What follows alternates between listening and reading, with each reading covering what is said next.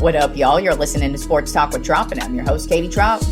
Well, so far, the first round of the NBA playoff matchups, they are blowouts for the most part. There's really only one matchup so far that is close. Other than that, so far, they're pretty much runaways. So let's get right into that, beginning with the matchup between the Orlando Magic and the Boston Celtics. Earlier in the weekend, it kind of looked like Orlando might make this a decent series. They played a pretty decent game against them on Friday night.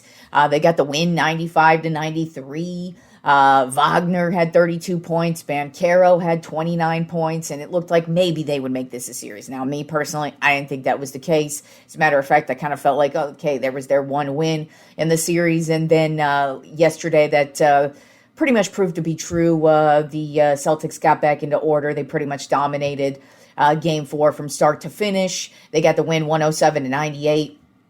Jason Tatum went off for 37 points and 14 rebounds, so he had a solid game. And Game 5 takes place Tuesday night. Right now, Boston has a 3-1 lead on Orlando. So Tuesday night, the Boston Celtics could close it out and head on to the next round of the NBA playoffs. Or Orlando could extend it, but I'm not counting on that. Then let's move on to the Milwaukee Bucks versus the Indiana Pacers series. And on Friday night, Milwaukee kind of made it seem like, oh my God, they might make this a series too, because Indiana has dominated every single game in this matchup, except for Friday night's matchup. Milwaukee actually played a real solid game. They got the win 117-101. Giannis had another monster game. He went off for 37 points and 12 rebounds.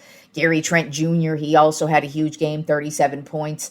But then they crashed back down to earth yesterday, and Indiana dominated Game 4, 129-103, and it wasn't even close. And this was excellent team basketball from the Indiana Pacers. I mean, pretty much everybody got a hold of the ball and was scoring points. Turner had 23 points. Nembhard had 20 points. Halliburton had 17 points. It was pretty much everybody was in double figures when they were scoring. So the Indiana Pacers are just really playing excellent team basketball and just smothering the Milwaukee Bucks. And then in an unfortunate turn of events as well, Dame Lillard, he looks like he tore his Achilles. I almost said ACL, but he tore his Achilles, which is much worse than your ACL. Both suck, but definitely the Achilles is a real long process, as is the ACL. But it's they're usually, if you tear your ACL, you're like, oh yeah, that guy can come back. You tear your Achilles, you're like, whoa, is he coming back next year? I don't know. We'll see. And he just tore it at the end of the season. We're in the playoffs, so that means it's definitely going to bleed over into next season, regardless of how the recovery process goes for him. But it just sucked to see it happen. I mean, at first it looked kind of weird. It looked like it might have been just like a sprained ankle, but he could not put any weight on it when he was getting off the court, and I was like, ooh, that don't look good. And then it was confirmed today that he has torn his Achilles and will not only be out the rest of this playoffs, but could most definitely be out at some leading into next season as well. But Game 5 of this series is Tuesday night. Indiana has a 3-1 lead, so they could close this series out on Tuesday, which I would not be surprised if they do, because so far Indiana has dominated that one. Then moving on to the Minnesota Timberwolves versus the Los Angeles Lakers series. This has been just an awful series for the Lakers. They have let 2 games get away from them. But on Friday, Game 3, they got completely demolished by Minnesota, 116-104. Anthony Edwards went off for 29 points. McDaniels had 30 points. Julius Randle had 22 points, and he was balling hard. I mean, he was making some crazy shots, playing some fantastic defense as well. So just everybody showed up basically for Minnesota on that night, and not so much for the Lakers. I mean, LeBron actually had a fantastic game, but Luka was sick in that game, so he was not playing well, and nobody else stepped up in that moment. So the Lakers got smashed in that one. And then yesterday during game 4, the Lakers completely choked that one away. They pretty much dominated the entire game. And then the freaking fourth quarter happens, and it starts getting away from them and starts getting away from them, and then the Timberwolves catch up, and then all of a sudden it's a back and forth affair. And then LeBron he was such a conundrum because he was making so many big plays down the stretch, but then he made so many bad plays down the stretch. He threw up this 3-point shot that was so completely unnecessary. The Lakers were up by like 1 point at this point in time. There was like 30-something seconds left on the clock. They were just trying to run out clock, and then he just tosses up this stupid 3-pointer for no reason, misses it, and then the Timberwolves run it back down the court, and then they score and take the lead. And it was such a stupid move by the Lakers towards the end there, and it was pretty much all because LeBron choked at the end there himself. He made so many bonehead moves towards the end, and it was just pissing me off. But like I said, he was making some big plays. I mean, he had this great couple of big defensive plays himself and had 27 points, but it was just, there was a couple plays down the stretch where I'm like, dude, you just straight up cost us that game. Luka had 38 points, so it was a great game from him, but Anthony Edwards was the one who outdueled both of them. He had 43 points, and like I said, the Lakers gave that one away. Game 5 is Wednesday night, and Minnesota has the 3-1 lead right now, so the Lakers are in desperation mode. They absolutely have to win, and if they don't, they are staying home because it is in L.A., so that's where they'll be, but they just gave away that one when they should have had it. But so far, they've just been doing what they do, man. My biggest problem with the Lakers all season long has been they don't let plays develop, and then they just toss up the 3-point desperation shot. And it wasn't just LeBron. You know, LeBron did it yesterday, but there's been so many times throughout the playoffs, throughout the end of the season, really throughout the entire season, where I'm like, why did you need to toss that 3 up? You could have just set the play up, but maybe got something else. But no, that's what they do. So we'll see what happens on Wednesday night. Then moving on to the Cleveland Cavaliers versus the Miami Heat series, and Cleveland is just dominating this one in every single way, shape, and form, offensively, defensively, with their starters, with their bench. It doesn't matter if dudes are injured. Didn't matter. And they smashed Miami 124-87. Allen had a huge game, 22 points, 10 rebounds, and in this game actually didn't have any Darius Garland either. He has a toe injury that he's nursing, and they didn't need him. No problems. You might as well let him rest until the next round because Cleveland's obviously moving on to the next round. Game 4 is tonight, Monday night. Cleveland's up 3-0, so they could easily sweep this one away from Miami on Monday. Then moving on to the Oklahoma City Thunder versus the Memphis Grizzlies series, and this one ended up being a clean sweep. The Oklahoma City Thunder just dominated this one. It was a close game for Game 4, but Oklahoma City got the win, 117-115. They actually just dominated the series. It really wasn't ever close, obviously, since it was a sweep. But in Game 4, SGA had 38 points, and it was just straight-up domination. I mean, they just owned the paint. They killed them defensively. They owned it offensively, and even though the game was close, they were able to just make the big plays in the end. And Oklahoma City just sits and waits for their next opponent in round 2. Then moving on to the only good series so far in the first round of the NBA playoffs, the Denver Nuggets versus the Los Angeles Clippers. On Saturday, they had a fun game.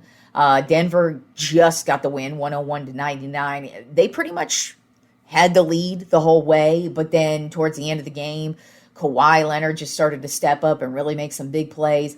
But the big play was actually by Aaron Gordon of the Denver Nuggets. He had the game-winning dunk, and it was so close that they just had to stare at the replay, but you could just tell it barely left his fingertips right as a red light went off. So they counted it, and it was just a crazy play, but the series is tied at 2. Jokic had a huge game, 36 points, 21 rebounds, 8 assists, so he just missed the triple-double, but just a huge game all around from the entire Denver Nuggets team. But it was crazy to watch the fourth quarter in this one because it was Kawhi, Jokic. They were just going back and forth, making some huge plays. Jokic did this great play where he just was spin, just it was just one of the craziest moves just to see him do, and then he just makes the shot, and Oh, it was real fun to watch him and Kawhi just go back and forth with each other, and then have it end because what happened was is Jokic took the last shot, but he ends up missing the shot, and Aaron Gordon's right there to get the rebound, and he just hits it right in time and gets the game-winning dunk. Would have gone into overtime had he not made it, so they got the win. Game 5 is Tuesday, and like I said, this series is tied up at 2 games apiece, so at least we have us some good basketball in the first round, because so far it's all been a wash for the most part. Then in the Golden State Warriors versus the Houston Rockets series, Golden State has pretty much dominated this one, and Jimmy Butler missed Game 3, and it didn't matter at all. The Warriors still got the win, 104-93. Steph Curry is that dude, as usual. 36 points, 9 assists, 7 rebounds, had a huge game. Didn't matter that Jimmy Butler wasn't there. He stepped it up and played basically the entire game, and absolutely shouldered the load the entire way. But that's what you got to do down the stretch in the NBA playoffs. And Houston, this is what I felt like was going to happen with them. They're a good team, but they're just not that good. This is going to be a learning experience for them for sure. And hopefully they take from it and grow into next season. I mean, obviously the series isn't over in this one because Golden State's only up 2-1, so they could tie this up easily. But it's just obvious that Golden State is the better, more prepared team in all the tight situations in this matchup. And Game 4 is Monday night. And like I said, Golden State's up 2-1 in the series right now. And then the last series we have in the NBA first round playoffs is the New York Knicks versus the Detroit Pistons. And got to say, I don't usually blame the refs, but man, the refs really fucked this one up yesterday towards the end of the game. They should have called a foul on the last shot of the game to at least give them a shot. But unfortunately, they did not call the foul.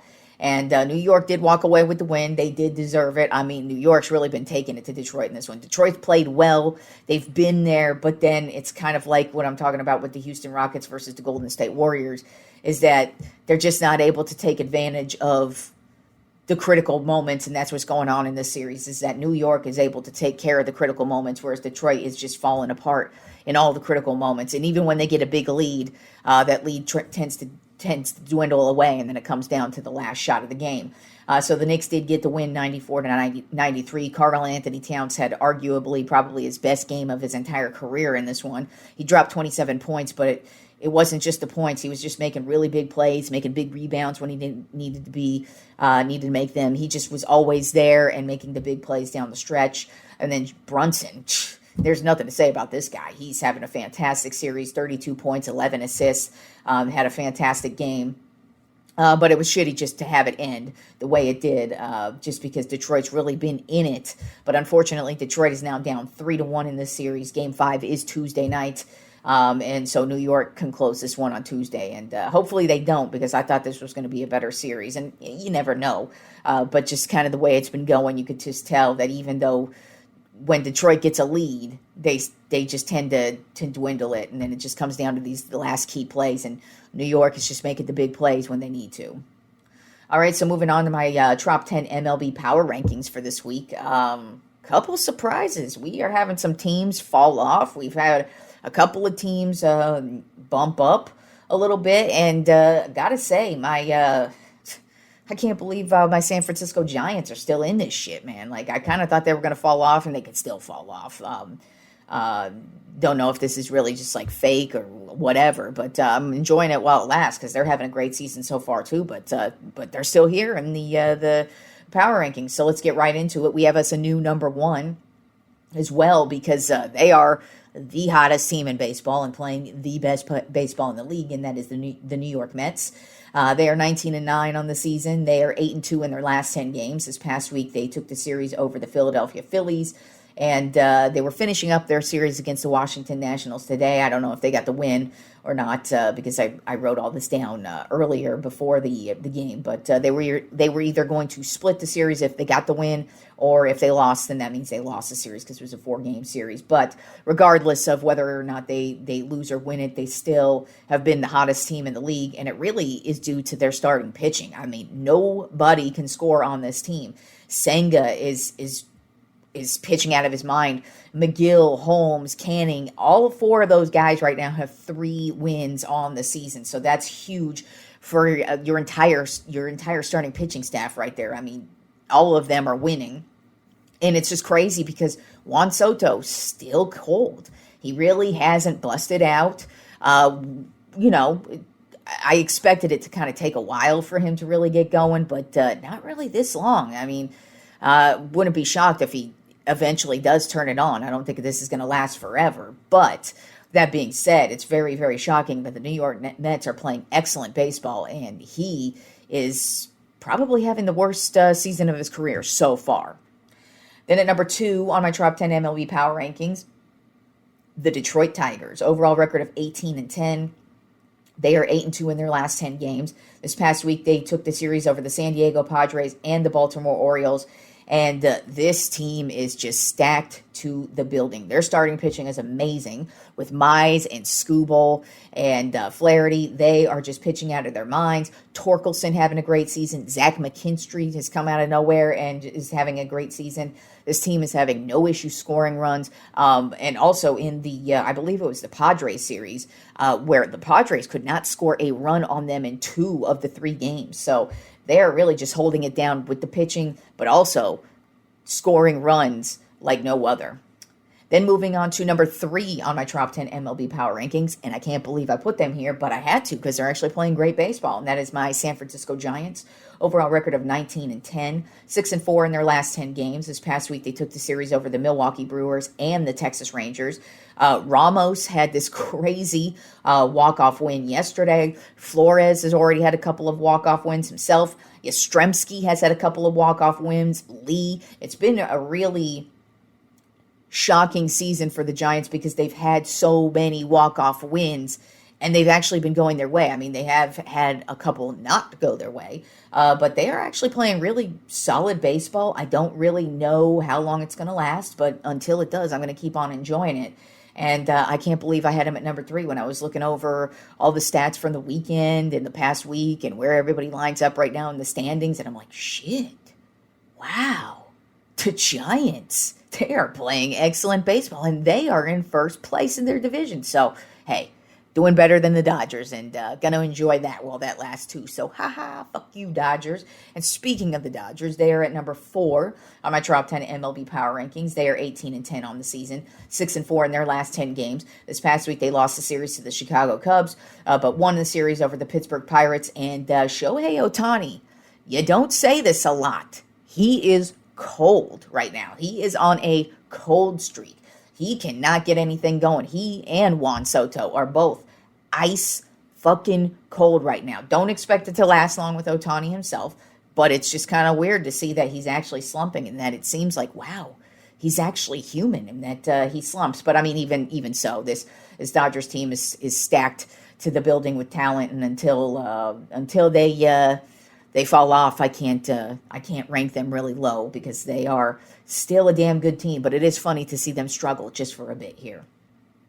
Then at number 5 on my Trop 10 MLB Power Rankings of the New York Yankees. Overall record of 17-11. They're 6-4 in their last 10 games. This past week, they lost the series to the Cleveland Guardians, but won the series over the Toronto Blue Jays. And Aaron Judge, man, this dude is an MVP already. I mean, he's coming off of an MVP season. He has hit 62 home runs in a season. He is just the home run king, basically. And you look at it and you go, how can this guy improve? And he has improved. As a matter of fact, I'm comparing this season of Aaron Judge's stellar career to kind of like what LeBron did.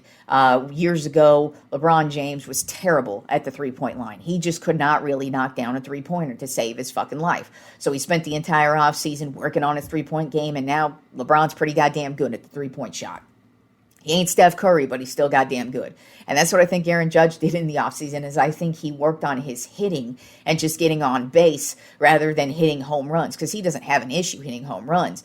It's just been strikeouts have been huge for him over the years. And this season, he's batting a 406. A 406. The dude is batting a 406, okay? This is the reigning MVP. And he's batting a 406. And he's getting on base. Because, I watch a lot of Yankee games. And, he's hitting doubles, he's hitting triples, and he's getting on base. rather than just hitting the home runs, because home runs are great, but getting on base, it helps you get more runs rather than just the one home run.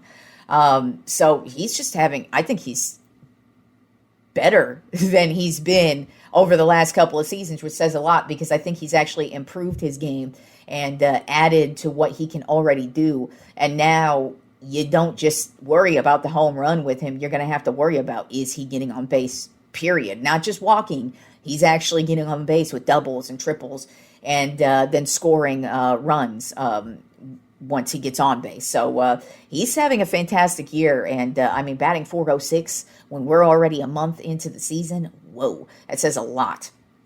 He has 8 home runs as well and 27 RBI. Shockingly, he's not leading the league in those two categories, but I'm sure that'll change at some point. But the .406 obviously is leading the league. As a matter of fact, I think behind him is Paul Goldschmidt, his teammate. And I think Goldschmidt, if I remember correctly, this is just off the top of my head, I believe he's got a .376 as his batting average. So that just goes to show you .376, .406. That's the disparity between the top two guys right now. That's what Aaron Judge is doing right now.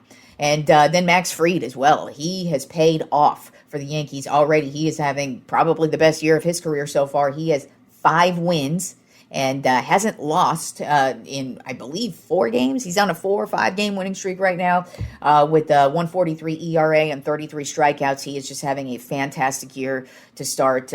Both he and Judge are just carrying this team right now.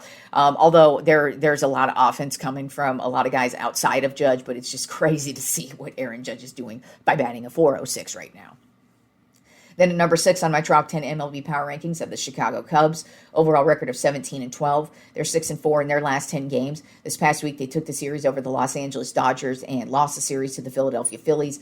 But this is a team that still has 0 issues scoring runs. They still lead the league in the most runs with 172 runs on the season. And it's just, they're getting it offense from everybody all up and down this roster.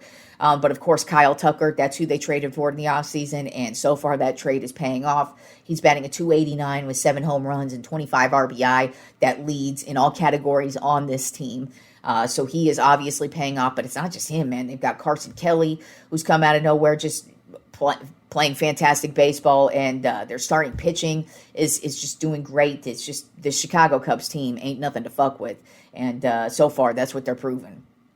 Then at number 7 on my Tropp 10 MLB Power Rankings, falling quite a bit this week, is the San Diego Padres. Overall record of 17-11, and it's because they're 3-7 in their last 10 games. They have not had a good week here. They lost the series to the Detroit Tigers. Like I said, they did not even score a run in 2 out of the 3 games, and then they lost the series to the Tampa Bay Rays. But I will say, Fernando Tatis Jr. having a fantastic year, batting at .346, 8 home runs and 18 RBI, so they definitely need that from him.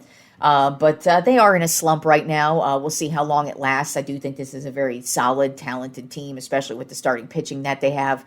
But who knows? Maybe that Padres winning streak is over and done with, and maybe they're headed back to where they normally are, in the cellar.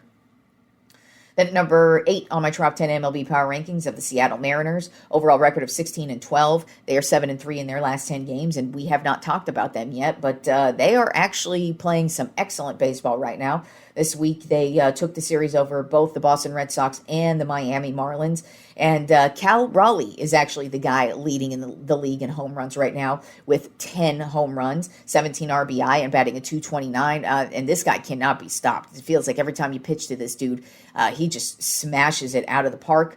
Also, their closer, he has not even had anybody get a hit on him so far. He actually has 10 saves on the season, but he's got a 0 ERA right now.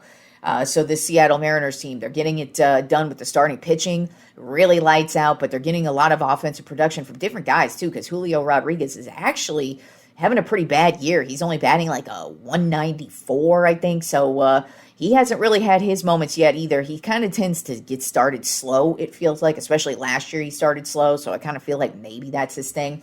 But they're getting a lot of offense from other parts of this roster, and Cal Raleigh is leading the charge right now for the Mariners. Then at number 9 on my top 10 MLB Power Rankings are the Philadelphia Phillies. Overall record of 15-13. They're 5-5 in their last 10 games. This past week, they lost the series to the New York Mets, but took the series over the Chicago Cubs. And their starting pitchers are really starting to get it going. You know, the Phillies haven't. The problem with the Phillies so far, to me, is they haven't played consistent baseball. I think they're still just kind of trying to still find their way. I mean, they've got a fantastic roster. They got a shit ton of great players. They have no issue scoring. And their pitchers are great, but their starting pitchers have kind of had their shaky moments, but this week they did not. Nola and Wheeler seem to be back on track. They both have had really solid outings lately, and I just look for the Phillies to probably start getting it put together here over the next couple of weeks and look like one of the top teams in the league. And then rounding out the top 10 MLB Power Rankings this week, I have the Arizona Diamondbacks. Overall record of 15-13. They're 4-6 in their last 10 games. This past week, they lost the series to the Tampa Bay Rays and lost the series to the Atlanta Braves. But the notable thing that happened this week is Eugenio Suarez. I mean, he's had a fantastic year just to start. I mean, he's been really solid for this Arizona Diamondbacks team. But what he did over the weekend is he hit 4 home runs in one game. Yeah, that's right. 4 home runs in one game, not 4 home runs over the weekend. 4 home runs in one game. That is actually only the 19th. He's only the 19th player of all time to ever do that in MLB history. So huge accomplishment just in Major League Baseball, period. But especially for him, because, I mean, you don't really expect it from him. I mean, you would expect that from Aaron Judge, but Eugenio Suarez, no, I would not expect 4 home runs from him. As a matter of fact, those 4 home runs have him also tied for the league lead in home runs with Cal Raleigh with 10 home runs. So congratulations to him. And, I mean, he's been having a fantastic year so far. Just generally, he's made some big plays for this Diamondbacks team.